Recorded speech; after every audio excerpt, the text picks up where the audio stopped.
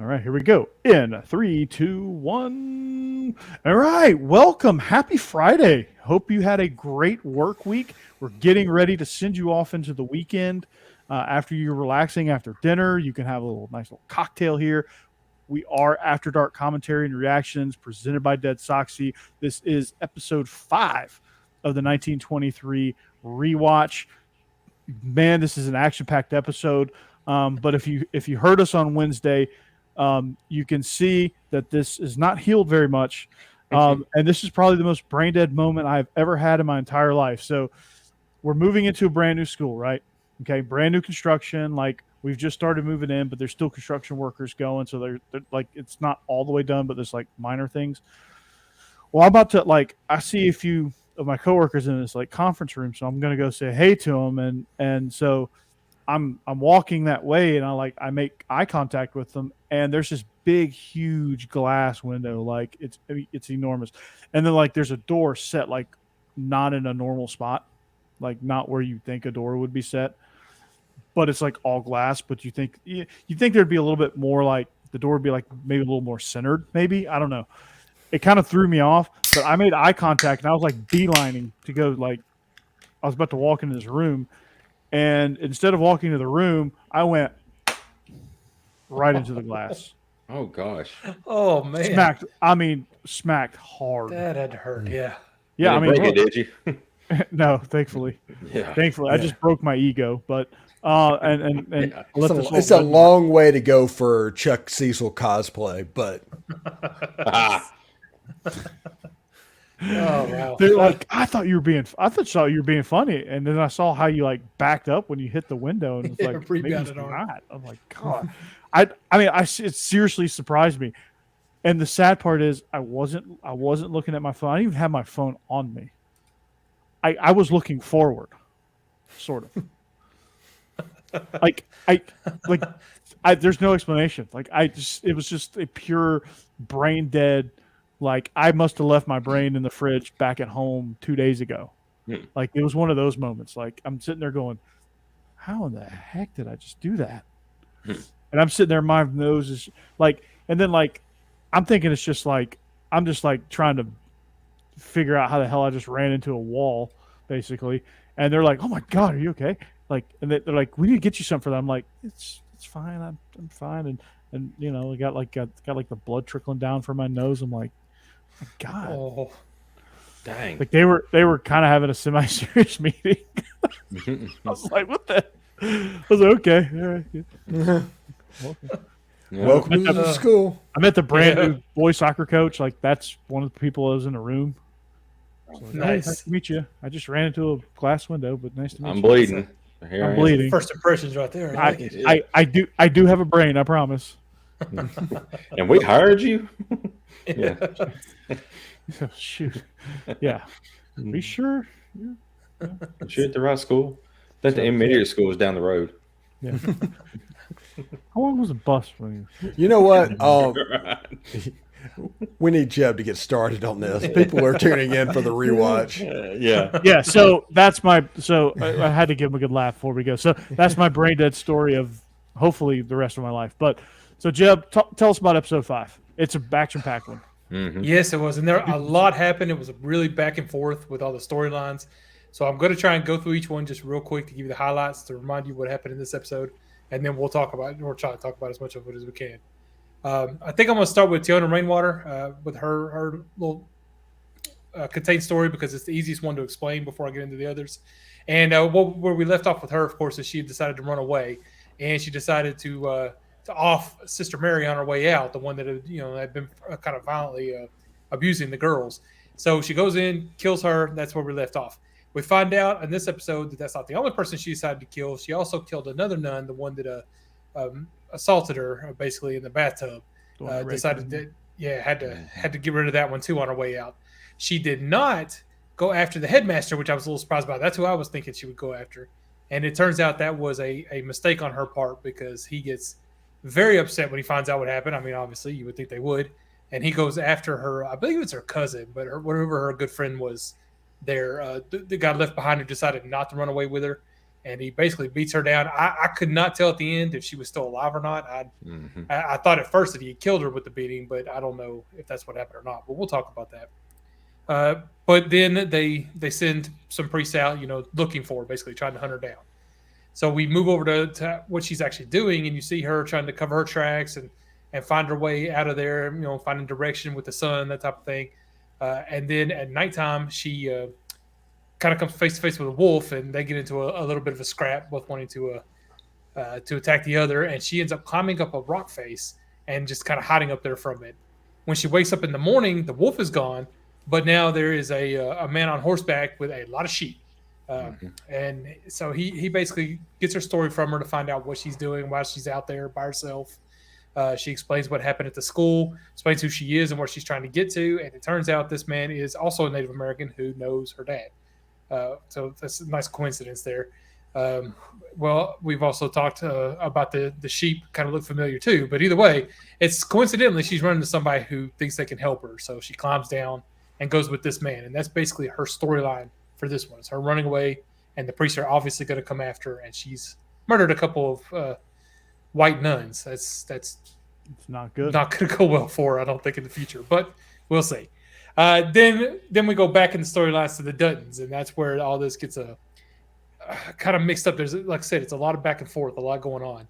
On the Dutton Ranch, it starts off very somber. So this is basically the aftermath of everything that's happened. You've got Helen Mirren's character, Kara, taking care of Jacob Dutton, the Harris Ford character. He is actually still alive and seems to be getting better, but it's slow. I mean, he's an elderly man that got shot several times, so it's not going to be a quick recovery in the 1920s. And you've got his nephew's son, Jack. Thank you. I'm going to do that a lot. Jack. And his fiance, who have recovered, so that's nice. But Jack is obviously very upset about what's happened, and Helen Mirren's character points out that he is spending most of his time planning his revenge, patrolling the area, trying to figure out, like, he's so worried about what's happening that he's not paying attention to his fiance, who has recovered but is not doing very well either as far as just mentally. His mother also not doing very well at all. Of course, his father, John Dutton, was killed in the attack. And then really kind of unceremoniously, like it was a real quick thing. It went from Helen Mirren trying to talk to the mother just shooting herself. So she has now died. And so now this kid has lost both of his parents and seems to be losing his fiance. Now, this is the one thing in the show that they do at least give you some hope on, is with a little bit of Helen Mirren's help.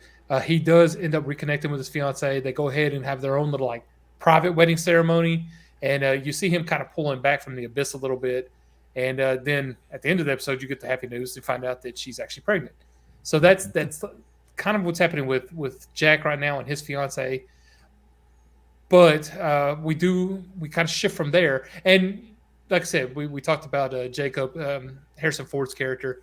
He is trying to get better. He actually gets out and walks around, does a little exercise going up and down the steps. So that storyline for them is at least going a little better with the sad interlude of the mother shooting herself. We switch over to Banner Creighton, and we get, again, a very good kind of like commentary on the change and how it's coming, because he ends up going to this nice little home that's apparently owned by the bank that Whitfield, I believe is his name, the James Bond, is there kind of showing it off to him. And of course he does things like he goes to a stove and can't figure out where you put the wood to light it, and then finds out about gas lines. He sees running water, which I would think at this time running water is something that's known. It's just if you live in a log cabin out in the ranch, you're not going to see it very often. So he probably hasn't seen it, but he wasn't as surprised by that. But the electric lights, turning those on and off, seem to just mesmerize him. So he sees all these amenities that are coming to these nice homes and towns and stuff, as opposed to roughing it like he does where he lives. And then we find out Whitfield is going to basically just give him this house because they are now full on in business together. And and Creighton even shows him kind of the lands and what surrounds Yellowstone, and we find out that the fiance, Elizabeth Stratton, her mother did leave. She said in the last episode she was going to go. So now the father died in the attack. The mother's left town. So that ranch basically just got repossessed by the bank. So Whitfield goes and buys it, and now he owns land next to the Yellowstone that does have some mining rights, which is what he's after. And you find out his ultimate plan right now is to basically buy as much land as he can around the Yellowstone and basically squeeze them out. So that's the direction he wants to go with it. He and Creighton end up meeting up with Cara Dutton, I believe, the Helen Mirren character a little later on by motor coach. He kind of tracks her down while she's heading to town, and want to meet with Jacob and talk to him. Now, I don't know at this point if they know exactly if he's alive, or that maybe they wonder if she's lying about it. So they're trying to facilitate a meeting so they can talk to him face to face, which she's just not having. They kind of threatened to just stop by the ranch on their own at some point. I'm surprised at this point she didn't make some comment about definitely shooting Banner Creighton if she sees him anywhere near the ranch, but she doesn't. She just basically lets it go and lets him leave. And you find out the reason she's heading to town, because she does this often, is she likes to go and check the mail and make sure that she hasn't gotten any kind of wire or cable from Spencer Dutton saying that he's on his way home. But that's their storyline and what they're doing at this time. The last storyline is Spencer Dutton and Alexandra. They have, in the last episode, gotten word from home that they're needed. That was 3 months after the letter was written, but they've immediately started trying to make their way home. They find out that any kind of decent way of traveling home, ocean liner, that type of thing, is going to take a long time. Because first off, they're going to have to wait weeks for it to actually leave their area of Kenya. And then it's going to take at least a month to get to England. And then they'd have to take something else to America. So Spencer decides this is way too slow, decides to go looking for alternate means, and runs across Peter Stormare, who is just an amazing actor. I love him in everything he does. But now he is an old salty sea captain who has a little tugboat, and he's going up to the Suez Canal in Egypt. And they assume if they can get on that and get to Egypt, that they could find ships there, because a lot of ships go through the Suez Canal, and find something that may either gets them home or at least gets them to like Italy or Spain or maybe even England, and then they can get home from there. And he's leaving immediately. So both of them join this crew, basically. It's just the three of them take off in this tugboat. And it is a very interesting, if you just watch the movie, I love the whole trip on the tugboat, because Peter Stormare is just, like I said, he's a great actor, and he can be so weird and creepy at the same time. And he tells these stories like the ghost ships, like run across a ship that just has nobody on it. It had to be abandoned, and then it just never sank. Gets caught by the riptides or whatever, the currents, and just travels around by itself. And this thing that really happened. So it's just interesting to hear him talk about it.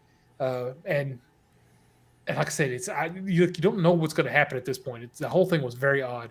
But what you may have guessed if you watched the show, because he obviously is not in very good health, happens. It does happen. Spencer wakes up at one point and realizes the engines are off. And when he goes up to check on the captain has died, and their boat is just adrift. And he tries to radio for help. He does get somebody on the line. They're going to help him out. But at that point, coincidentally, they run into the ghost ship again, and it's coming straight at him. So he tries to get the engines going, tries to get out of the way, but it does not work. They just get T-boned by this giant ocean liner, which, of course, their tugboat is very small. So this is not really a real contest, and they are going down. And then the ending, the way they end the show, which was great, is it was with Helen Mirren's character getting to town, getting a cable that got sent by Spencer before he left on this tugboat that actually says, "Hey, I got your note. I'm coming home." So she's excited, happy. Spencer's coming home. He's going to help save the ranch. And then the last scene is that tugboat sinking to the bottom of the ocean. So it's completely flipped over, and you have no idea what's happened to Spencer and Alexandra at this point. And that was the episode in a nutshell of what happened. There was a lot more to it than that, but I'll give you a quick recap so you get caught up. All right. Well, thank you for that. So that is the recap, the episode 5 recap. What's the name of this episode? I forget. Ghost of the Zebrina or something like that. Ghost of the yeah. Zebrina, okay. Which might be the ocean liner, the ghost ship that was out. Yeah, Just I think wandering. it Yeah, is. that's one of the old sea captains stories. Yeah, okay. He just talks Gotcha. about the old ship, yeah. Yeah. Because So- apparently this happens more than you would think. So, like I said, presented by Dead Soxy. If you want good NIL socks, it's an Ole Miss NIL collective, but you can order socks in Bama colors. You can order in Cardinal, Crimson, Red, Orange, and any other unique designs. It comes in a great looking box that's over Steve's shoulder. They do a right really there. good job at packaging. They do. They make it almost like you want it to be like a display, and a sock holder all at the same time. So Dead Soxy, man, they're first class. If you visit their website, deadsoxy.com, you enter the promo code After Dark. You will get a 25% discount on your order plus free shipping. So load up on your socks. Get right. Get your sock game going. It is Soxy. It is the right thing to do. You must always stay soxy at deadsoxy.com. Mm-hmm. So, yeah, this episode, man, one of my favorite parts about this episode, obviously, was the storyline with Rainwater. Like, this thing escalated quickly. Mm-hmm. And I happened to start episode 5 while I was grilling, so my wife and our friend was over, and they looked over and they were like, "Oh my God!" Like, because it was the scene where he was just beating the tar out of Rainwater's cousin that wouldn't come with her, and it's just like, I'm like, oh my God, this guy's ruthless, man. Like, if he finds her, he's gonna torture her and kill her. Like, I started rooting for Rainwater, like, oh my God, like, please escape. And I thought they were gonna. I seriously, my immediate prediction was they were gonna run her down because she's on foot and she can't really travel that far. They were gonna run her down on the horses and bring her back and do God knows what. Yeah, you got to assume she can't get caught, because if she gets caught by them, yeah, you're right, she's dead. And then that storyline ends, and why do we have a Rainwater in Yellowstone? I mean, it didn't. You got to assume she somehow gets away, but I don't know. I feel like both the whole trip with Spencer, and we were talking about last week about how that's not going to be an easy, happy trip. I feel like hers is going to be the same way. This is not going to be easy or happy, but she was doing a good job of trying to like cover her tracks. Like we saw her running at one point, she just had tied branch to the back of her to like drag behind her. So as she ran, it was kind of messing up her footprints and that type of thing. So she knows what she's doing, but still, I mean, they said something, what was it, like 400 miles to get home or something like that. You still don't see how she's going to be able to do that until she gets a little help, which maybe this is where it comes from. But again, I just feel like it can't be that easy. Yeah. Yeah, it's man, it's like, and then she comes face to face. Yeah, no, she comes kind of face to face with the wolf, and it's like, oh God, okay, all right, it couldn't get hard enough. Now she's got a wolf that's waiting for her. I love her rocking it on the head with a rock, though. Just bam, just immediately. That was pretty. That was pretty creative. Girl's got some survival instincts, man. Archie just like the wolf laying down. It's like, I can wait. Yeah, that was funny too. My Labrador is like, okay, I'll lay down too. Yeah. We'll both wait on him. We'll wait on her.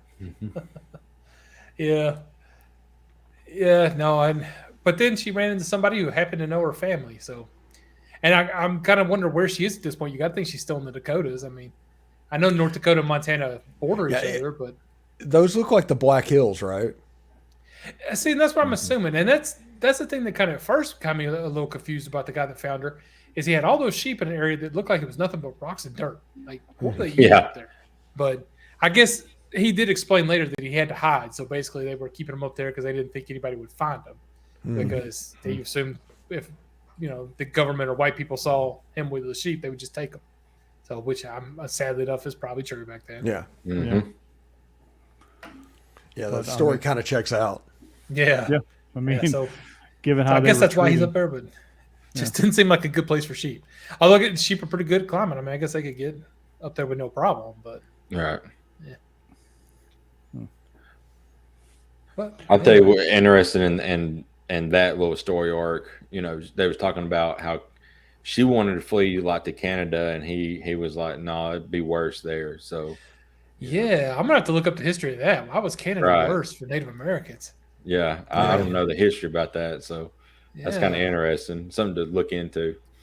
Yeah, for sure, because that's like, you would think Canada was like the safe haven for everything, but like, Right. Because Yeah, I mean, they're just so dang nice up there. It was for like runaway slaves and stuff. A lot of them want to try to get into Canada and things like that. So it made you, of course, that's a long way to run from the South, but Yeah. but it was better for them than not for Native Americans after that. Because I mean, the slavery thing would have been back in the 1800s. Yeah. So I don't know. And another cool thing I found in this episode, Oh no! Did we lose him? No. Right in the middle I think Jake needs to be the new 56K one. Yeah, he might end up being here. There Yeah, it is. Oh, coming back. Hey, y'all got me? Yeah. Yeah, we got you Yeah. back. Yeah. Hey, But buddy. no, what I was saying, well, there we go. I don't know what's going on. Yeah, we can hear you. All right. What I was saying was one of the interesting arts about this that I found was there's finally electricity coming to those areas, so I thought that was pretty cool. Mhm. They've been pushing that a lot, and I like it. The whole, the valley's changing and the world is changing. And Yeah. that's fun to think about because of how different the world was then than it is now. I mean, this Banner is 100 walks years ago, in. exactly. And he's like, he sees the stove, Mhm. and he's like, "Oh my god, what is that? Like, Right. Where's trying to the figure wood?" out. Yeah, he's opening it up. Where do you put the wood to burn? Yeah. And He's then like, they say, "Oh, it's gas." He's like, "From where?" Yeah. It's piped in. What? Yeah. Like He's like, pipes, just "What?" which makes sense. He said that he lived out like just way out away from town. It was basically a log cabin that he built out there. I mean, there'd be no pipes. There's no running water or nothing. I assume, like I said, that it's things that they have heard of before. It's not like this is something you never heard of, but it's different when you see it for the first time. Right. Right. Mm-hmm. And now he's going to live there. Yeah. Should be interesting. Mm-hmm. Try to turn him respectable, but I mean, after what happened with the last episode, he's got to die. Right. Yeah, You can't leave a guy like that alive. Something's got to give with him. Yeah. I mean, he's getting in with a pretty influential person, and he's gonna. It's just not looking good for Banner. Yeah. No. But he's going to live it up at the end there, apparently. So that's nice. Up Yeah. to the end. Yeah. Yeah. And But what's no, interesting? Oh, go ahead, Jeff. No, you go ahead. I was gonna completely switch gears, so you go ahead. Yeah. Well, I was too. I was basically was going to talk about the Duttons and just how kind of sad they were making the beginning of that whole thing for them. Oh, yeah. They had a little part of the speech about there only being 4 of them left now, and right after the mom shot herself, which I almost missed. Like, I saw Kara go. It is Kara, right? I'm going to keep Yes. it on either way. Or Cara. Kara, Kara. yeah, we'll go with Kara. I saw Kara go and talk to Kara. her and try and convince her, hey, you've got a son, he needs your help too. And she was like, no, he doesn't need my help. And then just immediately shot herself. It was almost just thrown out like real quick. And then they all kind of just moved on real fast from it. Like there was almost no discussion about it. Yeah. And nobody cried or anything. It was just like, crap, okay. Next thing that happened. I think it showed him like burying her, and that's pretty much the end of it. Just at the know? funeral. Yeah. You're right. And it was weirdly sad. They didn't really show much of the grieving process, which No. we don't know how much of it was. And I guess Jack was already kind of going through it, but with his dad having just died and being so upset about everything happening, I mean, there's only so much you can pile on top of that. But you would think his mom, that would be something. I don't know. Maybe she was right and he didn't need her. and another thing about that was when the fiance and Carr finally talk and they're making breakfast and all that, and she finally says, the fiance is like, well, you mentioned, Jeb, about the pregnancy, but we're going through that ourselves here, being pregnant. I mean, how that takes a couple months before you find out. So in that time frame, there's got to be a few months that's passed there. So at this, if they're playing it like that, then where is Spencer compared to the 2-3 months that's gone past now? It so does I seem wonder how like they do they that. finally caught up the timelines because, Right. I mean, she gets the wire that he's on his way home, and then we see his ship going down. Like he just sent that on his timeline too. So Yeah. I think they have finally kind of matched up at least those two. Again, we don't know anything about Tiona Rainwater or what she's doing, but Right. Mhm. But yeah, you're right. I think the weirdness from last time has now kind of been, Yeah. but in the real time with each of those. So Mm-hmm. now we'll see if that stays. I don't know what's going to happen with Spencer and his girl, but Mm-hmm. All right. Let's do predictions. Okay. Predictions. Okay, so predictions. I think obviously that Spencer's going to find his way onto that ghost ship and make it. Because, you can't have him and Alexandra drown out there. Like he's going to find his way because that's just what he does. Rainwater, I think there's going to be. I think you're going to see that guy trying to hide her as he takes her back to the reservation to find a more permanent solution. I think there's going to be some interaction with the pastor, the father or whatever, from the school. I think there's going to be some sort of interaction where they think they found her, and they probably would have had this guy not done such a good job hiding them. I think there's going to be some. There's going to be a little bit of downtime in the Dutton Banner storyline. I think you're going to just kind of see kind of more of a setup here, where he's just trying to get settled on the land and just trying to figure out a plan with his army that he's buying to take over the Dutton Ranch. And so I think there's going to be a little bit of lag there until Spencer gets there, because I think the next real conflict with that is going to be Spencer involved in that when Spencer finally returns home. All right, Jack. Yeah, Spencer and Alex front, I do believe, since they were pretty much wrecked by that ghost ship, I'm sure we didn't see it, but I'm sure Spencer found a way to get on there and save both of them. The question is now, that thing hadn't been running for who knows how long. So and it's just drifting. So where do they go from here? How do they get, unless there's maybe a lifeboat that's still on there that they could use to maybe get to some land? Because I think, if I remember correctly, they said they're about 20 miles from land. So maybe you can take a lifeboat and get to the land from here. Who knows? So maybe that's something, that we could see next episode. On the Rainwater front, this guy that she meets keeps her safe, probably stores her away somewhere, and maybe the men on horseback looking for her, they may run into him, and they have some kind of interaction, all that, and maybe they go back to father and say, hey, I think she's with him and he's protecting her. And then they send a bigger posse to try to look for him. At the Dutton front, I talked to Corey, I talked to Jeb and Steve before the Wednesday night episode. But I feel like Jack, I'm interested to see, because in that episode he was kind of upset everything that's happened, and he kind of wants to go after Banner himself, and I just don't think he's thinking in his right mind right now. Maybe this his fiance being pregnant changes him and mellows him out a little bit, but to me it feels like he's going to go on like a one-man army himself, and something bad is going to happen to him. So I don't know if that's going to be the next episode or in the future, but I just have that feeling he could get seriously hurt or end up dead himself. All right, Jeb. Yeah, and I agree with y'all with Spencer. I mean, that's the only logical thing left, is they somehow make it onto the ghost ship.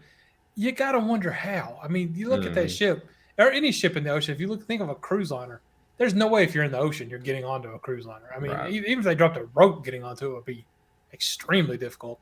But without it, I don't know. But anyway, we'll just see on there, because I don't see any other option there. But as far as back at the ranch, I'm thinking we might get the wedding. I think they're going to do a couple of things to kind of fill out this episode. One might be they go ahead and do their small wedding they wanted to do between the two before she starts showing her pregnancy, because they don't really have anybody else they need to come to it besides who's already there. So they just got to find a preacher who will backdate a wedding certificate, and it shouldn't be too hard around there.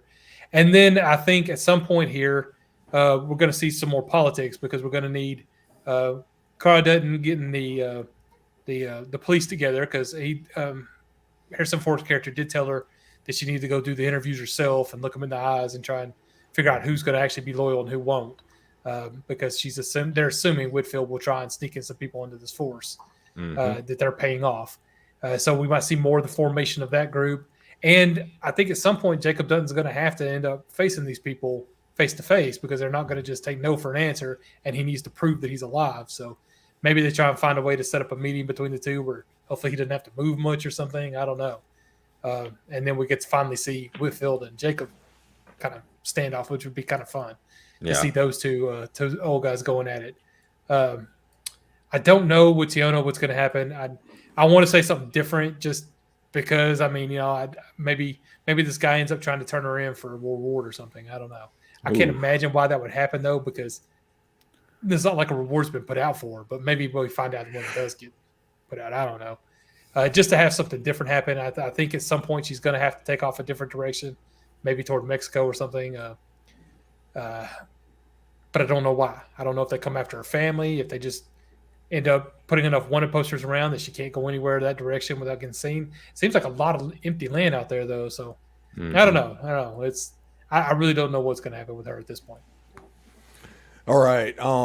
Anybody watching this, there will be no episode 6 rewatch next week because Corey is in the middle of 2-a-days and they are going to be out of town. So we'll pick it up the week after. So we'll take about a week break on this as well. But that is the episode 5 rewatch. I think it's the Ghost of the Zebrina. That episode indeed. And we've got 3 more to go, and we're going to do a holy cow, this whole season just happened, and we're just going to break down everything, talking about where we think season 2 is going to eventually go if and when season 2 happens, because the writers and the actors are on strike at the moment. Yeah. All right. Excellent. Yeah, that's phenomenal. Absolutely. This episode these last 2 episodes, I can see why they were your favorite, Steve. Yeah. Like these are really good. Yeah. We're getting the meat of it. Yeah, it's getting pretty good, and we'll get to be able to follow. I love the Spencer and Alex storyline throughout this whole season.